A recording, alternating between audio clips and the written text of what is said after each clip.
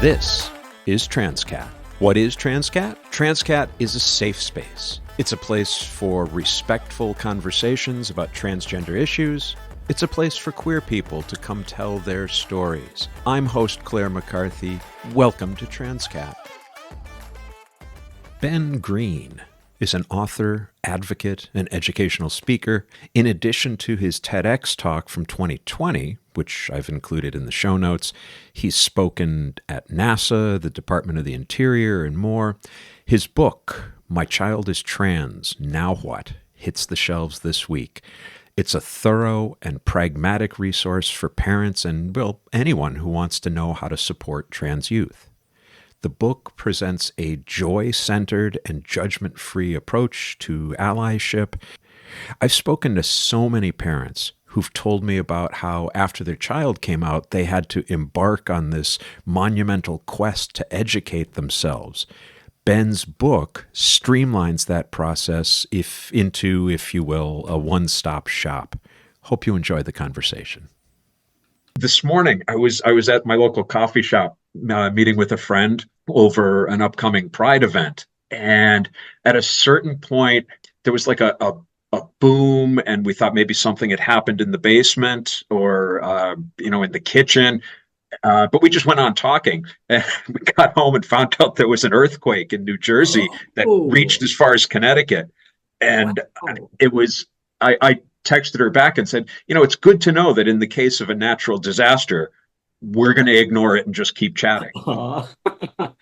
Yeah, my sister texted me. She's in New York, and she was like, I think a truck just drove by my apartment or something. Well, Ben Greene, welcome to Transqat. Yeah, thanks for having me. Give me the elevator pitch on your book. Yeah, okay. Which I am holding here in my hands as we talk. So cool. Oh, God, I can't wait until I have my copy. I asked my publisher if they would send me the book cover so I could put it on a different book just to pretend while I'm waiting. Oh, you want to buy this? Oh, I have the only copy right now. Very soon. Very soon. So the elevator pitch, the book is called My Child I Tran, Now What? A Joy-Centered Approach to Support. I'm a trans man. I came out at 15 in small town Connecticut. You said you're in Connecticut. I'm from Weston. So, I came out, and it was a time where people, this was about 10 years ago, people weren't really talking about trans identities. It was just totally unfamiliar to everyone. And my parents, I always say they did the best they could with the resources they had available to them. But there were very few resources for parents. And I got into public speaking formally in 2020. I do a lot of trans advocacy work. And I would do these corporate speaking events, and then parents would reach out to me, and they would send me an email with a subject line, My Child I Tran, Now What? And I was like, gosh, I really feel like there's a resource that people need. And I went looking at all the books that were out there, and I talked to the parents about what books they were reading. And they said, honestly, none of them are really what I'm looking for. There are so few books that are written, from a trans perspective. So many of them don't have the trans kid at the center. And so I really focus on all right, parents, we got to remember this journey isn't about you. There are parts your story is about you, but this journey right here, this isn't being done to you. Your kid is going through this. How are we going to support them? And so many of these books really focus on okay, we're avoiding suicide. We're talking about really, terrible statistics and viewing trans people through this lens of stress and depression and dysphoria and misery. And I said, I don't feel like I had a miserable time. There were challenges. I'm not going to pretend there were no challenges. I live in Missouri now. I know what's up with the challenges for the trans community. And there's a lot of joy there. And I think it's easier for parents to support their kid if they understand that they're working towards building a joyful life. And so it's a lot about how are we remembering not just how to support my kid, but how to let them be a kid and be joyful. And so the book, it starts from square one. There's no judgment for anybody. My goal is for it to read like a hug of, hey, I'm glad you're here. Let's work through it together. Everything's going to be okay. Let's figure out how to, build a safe home environment, how to build a safe school environment, how to build a safe world for your kid or your loved one or whoever you're reading that book for. So that's kind of the elevator pitch, is that it reads like a hug. It centers the trans experience and trans joy. It doesn't, calls things as they are. We talk about religion. We talk about when grandma pushes back. We talk about politics and misinformation. all with no judgment attached. I hope it'll be a great resource for folks who are just feeling lost. I really thought it was. I found that it was comprehensive. I mean, there's all sorts of information and resources packed into this, but at no point did it feel like I was reading a manual. It felt accessible. I like the hug analogy because well, you in the very beginning you put yourself in there. You tell the reader that you're writing this as sort of the surrogate for that queer kid. Yeah. I live by the words, be the person you needed when you were younger. And I think this book is absolutely that. One of the places that I wanted to start was that you say that for the parent, the grandparent, the whoever's reading this book, that they need to listen with action in mind. Mm, And I thought that was a great line because you do want to be supportive, you want to hear what your kid is saying to you, but that shouldn't be the end of the conversation. yeah. It's so important to listen. And that's obviously like, we think about that all the time. I want to be an active listener. I want to listen empathetically. But if our kid is talking about, I'm experiencing dysphoria, I'm not getting support at school, it's hard that nobody uses the right pronouns for me. We want to listen to them and say, all right, what can I do to lift you up? And that doesn't necessarily mean like, okay, I'm going to make assumptions about what you need based on what you're saying, but it is, all right, you're probably in a really direct way or in a more subtle way, you're probably trying to tell me what you need. I'm going to listen and I'm going to act on what you're asking of me. Because a lot of times parents are like, yeah, my kid mentions they have a hard time with misgendering and I'm working on it, but working on it is a verb. You got to actually practice. You got to build up that new muscle memory. Let me put myself in the position of the parent. Okay, Yeah. so my child has just come out to me, and I don't really know a lot about this. I want to say the right things and I want to do the right things. So I guess my natural inclination is to ask questions. But one of the things your book brings out is that there are ways to ask those questions, and there are ways that you should not ask those questions. Yeah, it's a great question. So I think first I want to respond to the first thing you said, which like imagine that I'm a parent and I want to get everything right. I don't want to say the wrong thing. I want you to give up on that because we're humans. We're going to make mistakes. I am not here to say, here is a foolproof guide to never make a mistake again as a parent. I should be Yeah. charging $5,000 for a copy of that book because it's not, there are no guarantees made.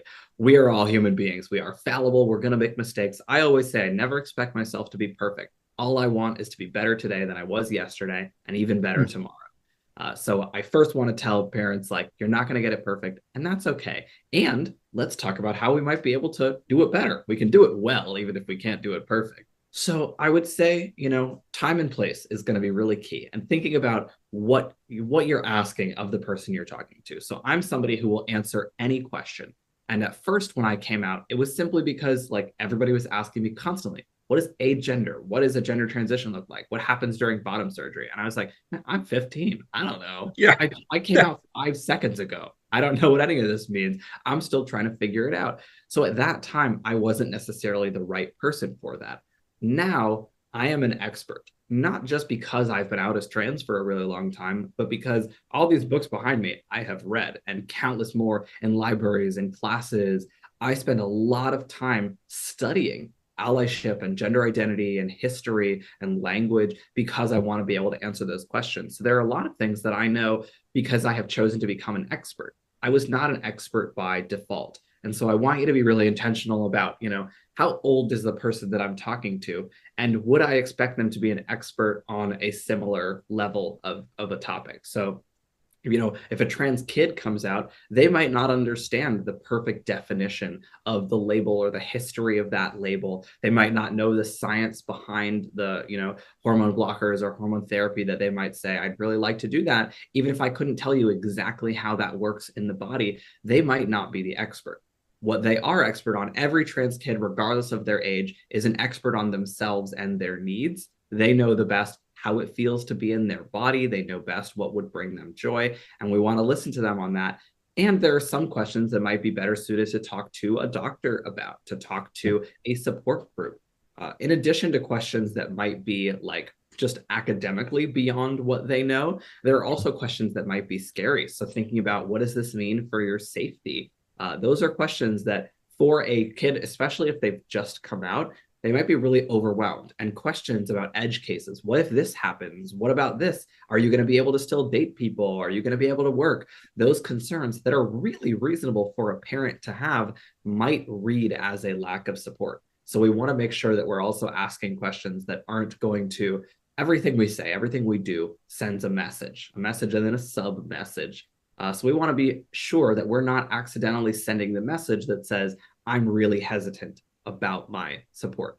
I'm not going to tell you not to have your feelings about it. You can have as many feelings as you want. You're a human being. But your kid or the trans person in your life might not be the right audience for those questions. Right. Even if this is completely new to you, even if in that moment, I, as the parent, this is the first, somehow it's the first time I'm hearing about trans or non-binary folks, it should not be incumbent on a teenager or even younger than a teenager to have all the information that you as the adult need. So by all means, listen to them, as you're saying, listen to their concerns, listen for the joy, listen for the struggle. But at a certain point, your job is to get on Google or into support groups or go to conferences to get whatever you need, talk to whomever you need to talk to. Don't depend on this person who has not developmentally at the point where they know everything. And as I'm saying this as an old person, Ben, we tend to assume that because younger folks are so much more tech savvy, and particularly when it comes to social media and accessing information, we tend to forget that they probably don't have all the information they need yet either. Yeah. When you came out, you said about 10 years ago, so that's right at that's right at the point where Time Magazine had the transgender tipping point on the cover, right, with Laverne Cox. So this is, the conversation in the culture is just beginning. What was it like for you looking for information? Yeah, there were definitely certain things that I did become an expert on. I learned a lot about top surgery. That was something I wanted really badly. So I spent a ton of time Googling. A lot of the research that I did ended up being, YouTubers, people who were sharing their own coming out stories. And that, working with your kid to learn about the resources they trust, is really helpful. They can be a co-creator of your learning, even if they're not guiding it. Right. They're not going to be teaching you lectures, but you might say, hey, is there a YouTuber that makes you feel really seen? What are the resources you've learned a lot from? So you can kind of learn where they're getting their information and do a little private learning. So it was hard. There were very few real sources of information. It was very piecemeal, spending a ton of time talking to other trans people, finding people, on the internet. I was in an underground support group on Facebook for LGBTQ youth across the state of Connecticut that was honestly incredible that it went so well.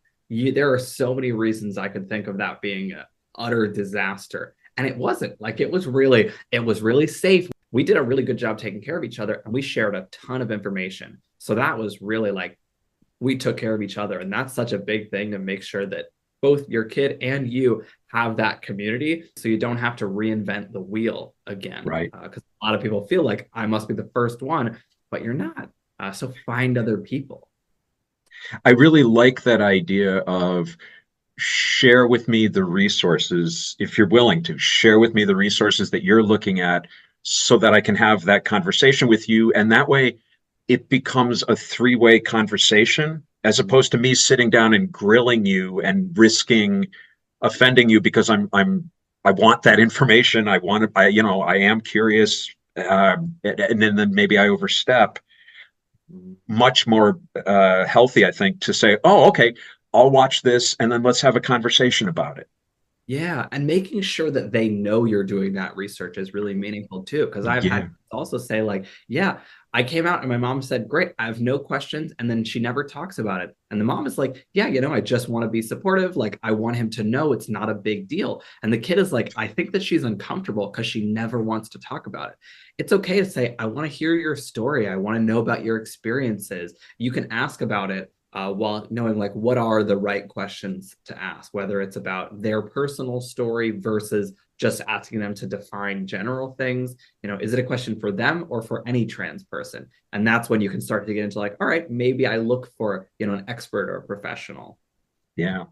I spent the last couple of years of my teaching career as the school librarian, Mm. and it used to it used to frustrate me to no end the number of people, both students and faculty, who would come in and ask me a question that could be easily found on Google.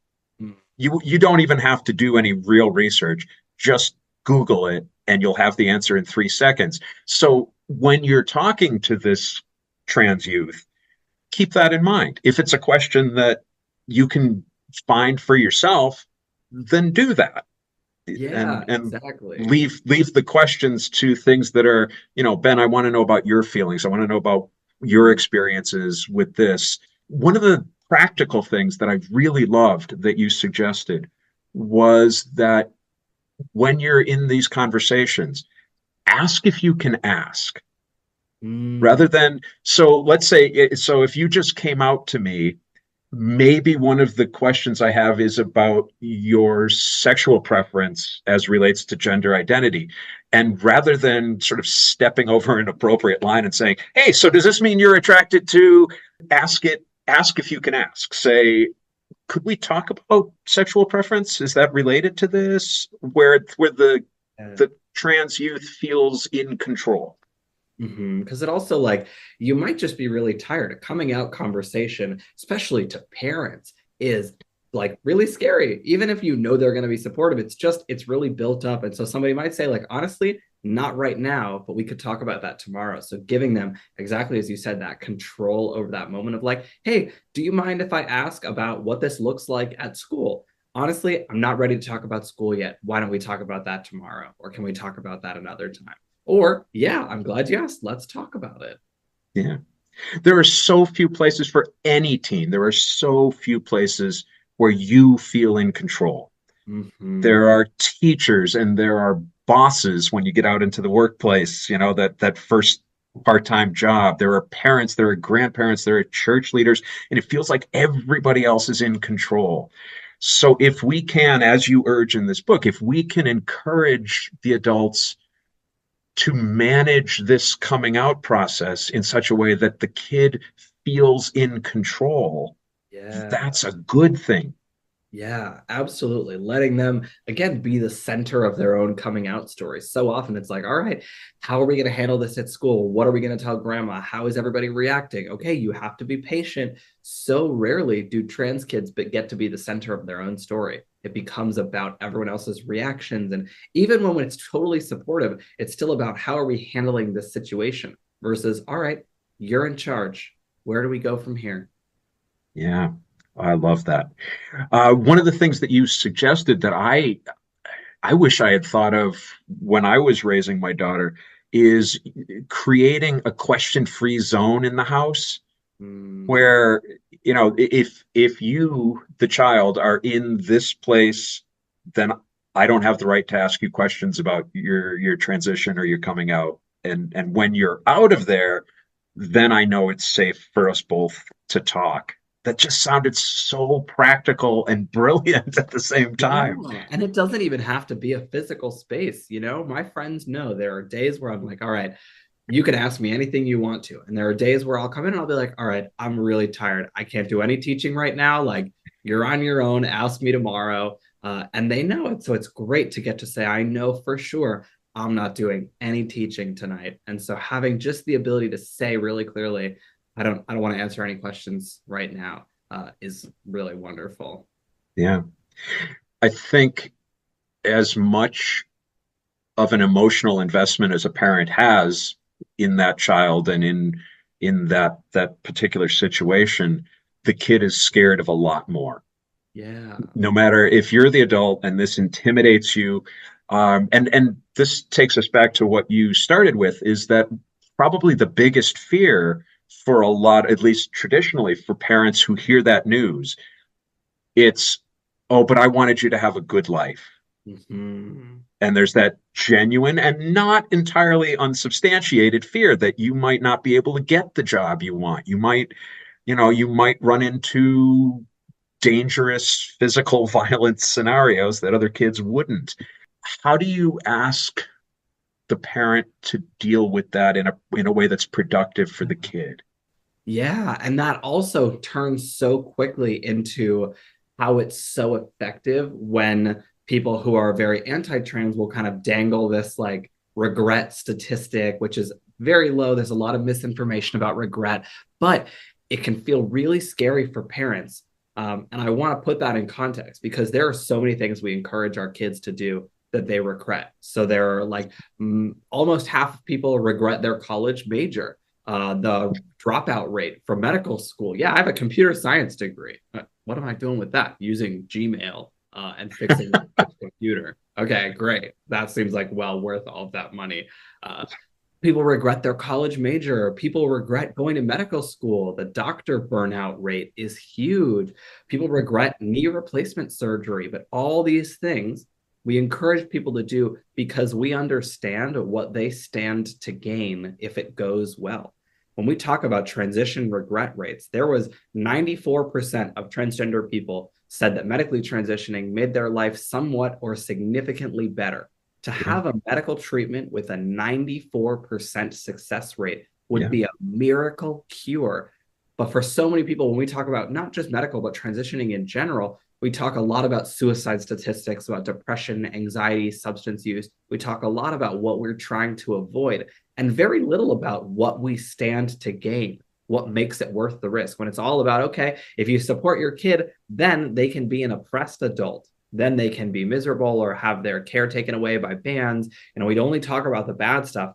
So it seems like there are only bad lives available. But the reality is there are millions of transgender adults living their lives, getting married, having jobs, having careers. Yeah, they're going through stuff. Again, I'm in Missouri. I am not saying that it is peachy out here for the trans community.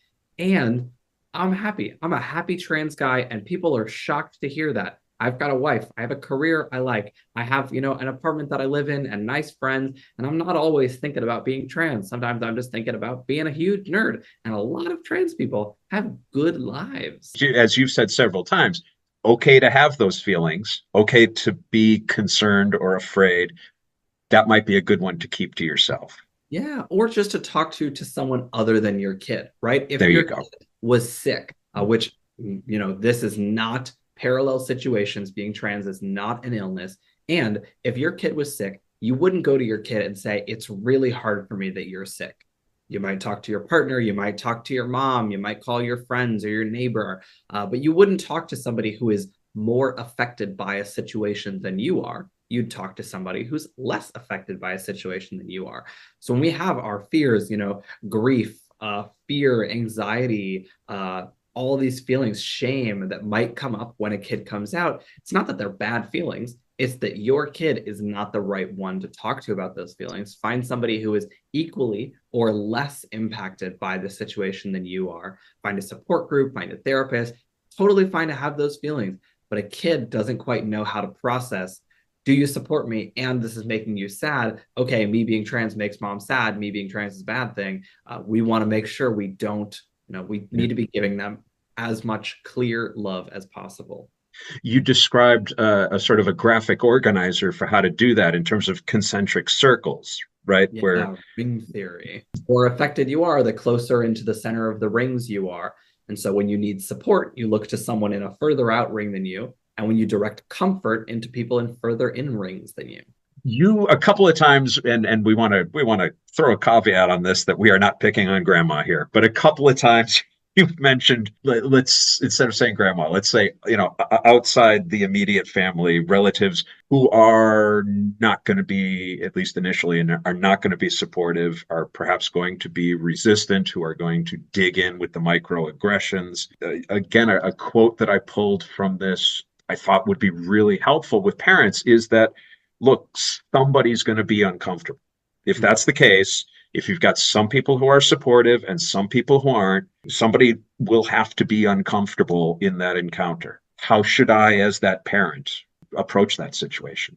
Yeah, we have this mistaken belief that we're able to be neutral in a situation like that.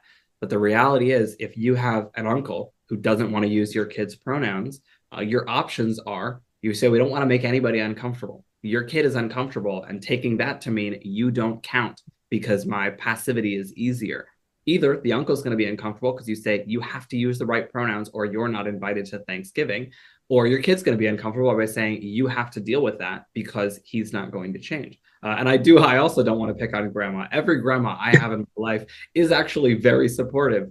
And I have, a catchphrase, leave room for people to surprise you, because there are quite a few people who just like, you don't actually know people's, even if they have, I was talking to somebody yesterday whose dad has owned a Christian bookstore for 50 years. I'm so worried to come out to him. And then he became like a passionate advocate. He started going to open an affirming congregation. Like, it's so different when it's someone you love. So leave room for people to surprise you and acknowledge that if you're not picking a side, you've picked a side and it's not your kid's side. And they have noticed that. Somebody's going to be uncomfortable. You got to pick who. That's a hard situation to be in. I wish that wasn't the case. And Yeah. there, you got to pick a side, because otherwise your kid is making a note of, this isn't what family feels like. I need to get some distance. A lot of kids are thinking about, how can I get out of here when I'm 18, when I go to college? How can I get as much distance as possible? Your actions determine what side of that distance you're going to be on, their side or the receiving end. And that's impact versus intent. You might have the best of intentions, but if you are focused on yourself and how you're handling the situation, then you're not fully focused on inward on the ring toward the kid. And the messages get sent whether or not you intend them. Yeah, absolutely. And this also isn't me saying, hey, you got to be immediately supportive right away. We have to acknowledge the courage that it takes for someone to abandon their entire worldview. For some people, a lot of things they have to say, like, okay, I'm giving up on spending 50 years learning this is how women are and this is how men are and this is a truth that my world is built upon. It is terrifying to say, maybe things are different. Maybe someone can be non-binary. Maybe someone can transition. That's hard. And so giving people a minute and some resources and some support, because people generally want to support their family members. Most people are not cruel and hateful because it's fun. A lot of people just are scared or don't understand. Yeah. Yeah. An earlier episode this season, I spoke with some moms of trans kids, and one of them was brave enough to talk about grieving. She didn't want in any way to not be supportive, but was wrestling with that sense of, I had an idea in my head of who my child was, and now I'm confronted with that. That's not only not the case, it's not ever going to be the case. And there was a sense of loss. What do you say to a parent who's feeling that? Yeah. So again, I'm not here to tell you anything about what you can and can't feel, but I do want to suggest some reframes, because I do hear about that a lot. But a big, couple of questions I encourage you to ask yourself is, do you know for a fact that you had that before, or was it just an expectation based on their identity? Was it, I know that we're going to be best friends and we're going to get our nails done together forever? Like, somebody came out as trans masculine, I think there was probably a stretch of time where you weren't getting your nails done together either. So do you know for sure that you had that? And do you know for sure that it's gone? I'm honestly much closer with both my parents, including my mom. It's not just that, like, now I'm a man's man. I only hang out with my dad and the truck. Like, no, I hang out with my mom. Like, I'm way closer to my mom now that people can only meet you as deeply as they've met themselves. The more I am feeling comfortable and seen by her and by myself, the more I lean into that relationship. So making sure we understand that we're grieving expectations, really important we don't share that with our kids, because it was really hard for me to feel like I've known who I am the whole time. I'm still the same person. I have the same friends and hobbies. I just want to cut my hair, and like, I want to make the outside match the inside. And to have people in my life telling me it felt like I killed someone was really heavy to bury as a kid. That's the message. If you're grieving, it's telling your kid, you killed someone. I don't know who you are. That's the same person that you love. They're just more comfortable. Not everything is gone. And think too about what have you gained. There are pieces of my relationship with all the members of my family that are new, that are really special, that I wouldn't have gotten if I hadn't transitioned. So that's that joy centered, is thinking not just about, what do I feel like I've lost? And again, did I really lose that? Did I really have that? But also, what am I gaining? One of the practical applications of that I have heard a number of people talk about is pictures as a representation of the way family dynamics work and how that might change. I can tell you that I am not at all comfortable with pictures of myself from the old days. Not so much because of the gender dysphoria, but because I can see the sadness in that guy's eyes. Every single picture, at pictures of that guy's wedding, I can see the sadness. And that I just don't like looking at. Yeah. So if you're a family that has pictures up, how do you approach that? Yeah, I think the answer is going to be a little different for everybody, and it might change over time. So there was a period with my family where I said, all right, I don't want to see any pictures of me as a girl. I don't want people to be thinking of me as a girl. I'm uncomfortable with that. Then there was a period where I said, all right, like, I don't really want to see pictures of me as a teenage girl because you can see the pain behind my eyes. Even if you can't, I can. I know how Yeah. unhappy I was in that outfit or on that day, or just I can tell that I don't feel right. Something doesn't look right about that. And we have better pictures. I was not a cute girl. I think I'm a pretty cute guy. So, there are better pictures of our family. So I haven't seen the pictures of you from your teenage years, but I can back that up. I'm looking at a thank really you. cute guy right now. I try my best. I found my wife helped me pick a much better hairstyle than I had before. So it's been great to work through that over time and to have that answer change. So now where I am is, yeah, little kid pictures. I think that's funny. I was a cute little kid, and I know that now, because I know that you see me as a guy, I know you don't look back on those pictures and rifle through them and say, oh, where has my little girl gone? I Mm. trust that you look at them in like a normal person way. And I have other friends who say, like, I don't like there to be pictures of me around the house as a girl because I like not everyone in my life knows that I'm trans. I don't want them to be like, I didn't know you had another sister. Why aren't you in this picture? I in college was in a show and I hadn't told anybody in the cast I was transgender. And we had to bring in a baby picture of ourselves for a prop for the Oh. show. So I Googled third grade boy on Google Images, took some kid's third grade picture and I put it on. And everybody was like, ah, everybody was so cute. I'm like, don't look too close. That's not my Yes. color. So, checking in with your kid. And again, that joy exercise, it's not okay. Let's take down all the pictures. It's okay. Here's a fun opportunity to take new pictures as a family.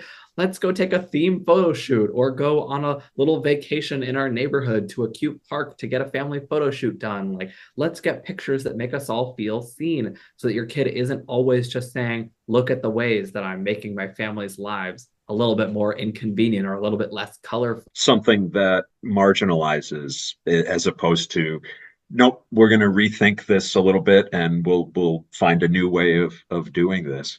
In your book, you have a lot of really neat resource suggestions, apps that were useful. I didn't know that there were bathroom apps. So bathroom apps tend to be really like regional. There are different states that might have different like apps that people have designed.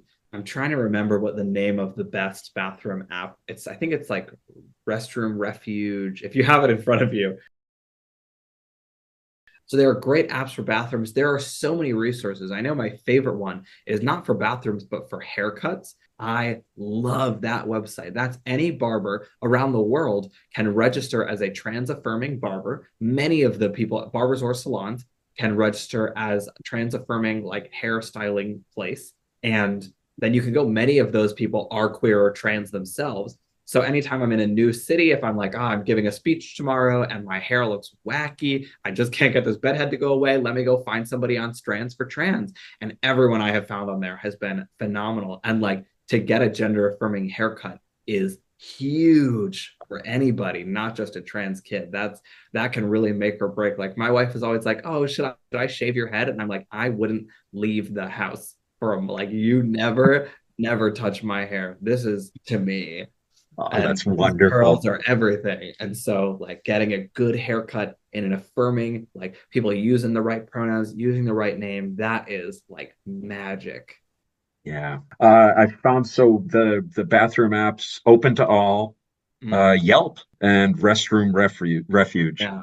Restroom Refuge is great. And open to all is a feature someone can add to their business on Google Map that usually means they have a gender neutral bathroom and just in general means like we are supportive of the LGBTQ community. You can add that on Yelp and Google Maps and just indicate you're a supportive business and like that can, be really meaningful to know I'm going to be safe or that if something happens, management will intervene. It's a great little indicator of somebody who wants to show up as an ally. You're in Missouri, I'm in Connecticut. In terms of overall attitude towards trans folks, very different places, but in reality, not so much. So if I'm a parent and I want to make sure that my child who has just come out is being taken care of in their school, Mm. what should I do? Because that can seem a really intimidating process. What are some concrete things I should do to help my child through that process? Yeah, the biggest thing, and this applies to the workplace, this applies to schools, this applies to hospitals. The biggest thing is to find your champions. It can be so easy to feel like, all right, I'm daunted because I'm going David and Goliath. It's just me against the whole school. But there are probably, maybe there's another trans kid. So see if we can get in contact with their parents. Maybe there is a student group for LGBTQ students. See if you can get in contact with that faculty member. Maybe there's someone on the PTA that has a trans kid or an administrator that has shown up at the Pride Parade, doing every bit of like kind of, FBI digging that you can on all the people to figure out who's going to be on my side. That's so helpful to have somebody on the inside who can work with you. Or if you're a teacher in the school, like even better, gives you access. But again, find people who are on your side so you don't have to go through it alone. I would also recommend reaching out to a parent support network like PFLAG or your local LGBTQ center to say, I need other people who have worked with this school district. Because even if you don't know about it, there have most likely been trans kids there in the past, certainly in the past 5 years, if not in the past 10 years. So making sure you don't have to do it alone. Talking to your kid about what their goals are. Okay. Do you want to come out to all your classmates? What do you want sports to look like? What do you want your electives to look like? Are there any kids that are giving you trouble? Being really proactive about like what is your ideal for how you're Yeah. treated at school and what that looks like, and acknowledging that sometimes that might have to mean moving schools at some point. Yeah. Like in Missouri, there are schools where if I had a trans kid, I'd be like, oh no, if I can, maybe I'm going to start to think about looking at different school options. Reaching out to organizations like GLSEN to understand what your rights are. The ACLU often does like Know Your Rights campaigns, as does GLSEN, which is an LGBTQ student support organization. So finding like Know Your Rights in your state guide to know really specifically what is and is not legal, making sure those things are being met, and reaching out to get representation if those are not met. Doesn't have to be a full court case, but to say I've contacted the ACLU, that's got Yeah. somebody shaking in their boots. That's not a scandal any school wants. So knowing who your champions are, knowing what your rights are, knowing what your goals are all going to be really helpful in building a supportive school experience. Here in Connecticut, there's a Commission on Human Rights and Opportunities that sort of serves as that intermediary between the folks and the actual legal operation, legal proceedings. So as a way to make sure that you're not left alone as you try to navigate that process, because very often any institution, I do not mean to pick on schools, but any institution will frame something as a concession to you, and it's maybe a third of what you're entitled to. So they'll say, all right, we really don't feel that your kid is safe in the bathroom of their choosing, but they can use the nurse's bathroom. Mm-hmm. Yeah. As if that were a good solution to that problem. Yeah, it's so important to know what you are entitled to because in many states, it is more than you think. You mentioned the need to leave. Obviously, it is not possible for everybody who's in this situation. You cited somewhere between 130 and 260,000 families who have fled these states. Yeah, so not just families, but 130 to 260,000 transgender people, many of them Mm. minors, but not all, either leaving with their families or their partners. But we are really facing in the US what's being called an internal refugee crisis with a number of people who have to leave their communities. So there are some resources that can help you. If you are someone who needs to leave just to access medical care, check out the Southern Trans Youth Emergency Project. They're a great resource for accessing care that might not be accessible where you currently live.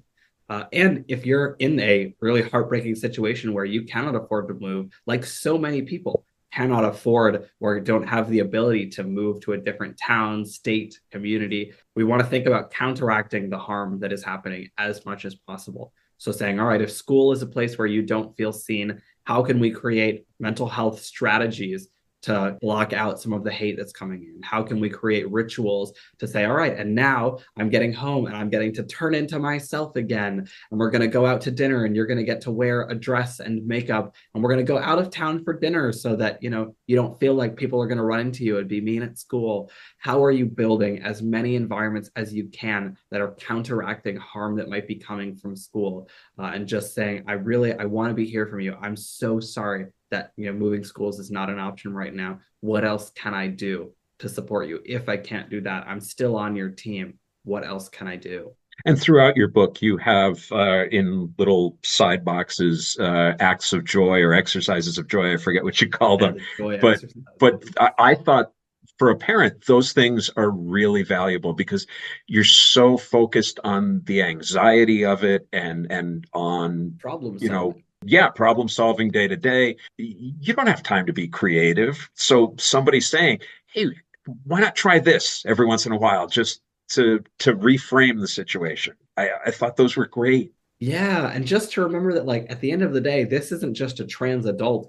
This is a kid, and we want them to be a kid. We want them to be goofy and artistic and a little reckless and, like, romantic and whatever it is a kid's gonna be. We want to make sure we build as many spaces as we can where they just get to be kids. Where and when can folks find this book? Because I Yeah, think they need to read it. the book is coming out May 7th. I am super excited about it. It'll hopefully be available anywhere you get your books. And if it's not, go and ask. And they will probably start to stock it if they know people in their community want to have a copy of this book. So check out your local library, your local bookstore, Barnes and Noble, Amazon if you must. I try my best to be everywhere. And you can find me online on social media, Ben Greene, or if you look up Pseudo Bro, because I'm your trans older brother, and that's my kind of brand on TikTok and Instagram. I do a lot of wholesome messaging and allyship strategies sharing on there. You can also reach out to me on my website, BG Trans Talks. I am around however I can support you. Please feel free to reach out. Last thing, because I've spent time as a school librarian, we started with an elevator pitch. I want you to end with one. Tell the librarians why this book needs to be on the shelves of their library, because Yeah. I really think it does. I really feel strongly about this. Absolutely. I mean, for a trans kid to have, I know I said that I don't like to talk as much about suicide statistics, but for a trans kid to have even one supportive adult in their life, whether it is a parent, whether it is a teacher, a librarian, a neighbor, a doctor, an aunt, an uncle, one person, suicide rates plummet. That book being on the shelf means that somebody's going to walk by, they're going to pick it up, read it, or just decide to be an ally because they saw that there. And they're going to be that one person that saves a kid, that helps them so profoundly. We are at a moment in time where misinformation is a multi-billion-dollar industry. So anything that we can do to spread accurate, compassionate information in support of transgender young people who are the primary target right now of the major political and religious forces of this country are all aimed at this little group of kids right now. Any amount of positivity and information that we can share is so, so meaningful and impactful. Next up on Transqat, I'll be speaking with the creative team behind the new musical A Complicated Woman. The show opens Friday, May 10th and runs through June 2nd at the Norma Terrace Theater in Chester, Connecticut. A reminder as well that Game Night returns Friday, May 17th, 6 to 8:30 at the Studio at 5 West Main Street in Chester, Connecticut. Everything's happening in Chester, Connecticut. Friend of the show, Sam Avery, and I are offering a night of fun and Pictionary. Speaking of friends of the show, I wanted to give a shout out to author and two-time guest Elliot Schrafer. A recent story in The Hollywood Reporter says that actor Elliot Page is developing Schrafer's sci-fi novel The Darkness Outside Us as a feature. Now, I've already ordered my copy of the sequel, The Brightness Between Us, which is scheduled, I believe, for October. I'm hoping that Elliot, Schrafer that is, will be back to discuss both of these projects. I also want to thank my sister Maureen. She helped me narrowly miss humiliating myself in public. Again. Seems I registered as a vendor for the Springfield, Illinois Pride rather than the Springfield, Massachusetts event that I had wanted to attend. I'm working out the details. I'll let you know more when I know more. This has been Transqat. I'm Clare McCarthy. Thank you, as always, for listening. Let's talk soon. This is Sadie McCarthy. I'm Claire's niece. And you've just been listening to Transqat. It is made by one of my favorite people in the world, Clare McCarthy. Transqat is a production of Transqat Enterprises, LLC. Copyright 2023, all rights reserved. Join us on the web at transqat.com. That's TRANSQAT.com. QAT.com. QAT.com. There you'll find links to Transqat, the blog, writing projects, speaking engagements, and our PayPal donations page. Please consider supporting our mission with your monkeys. Monies. Your monies. Your monies. Not monkeys.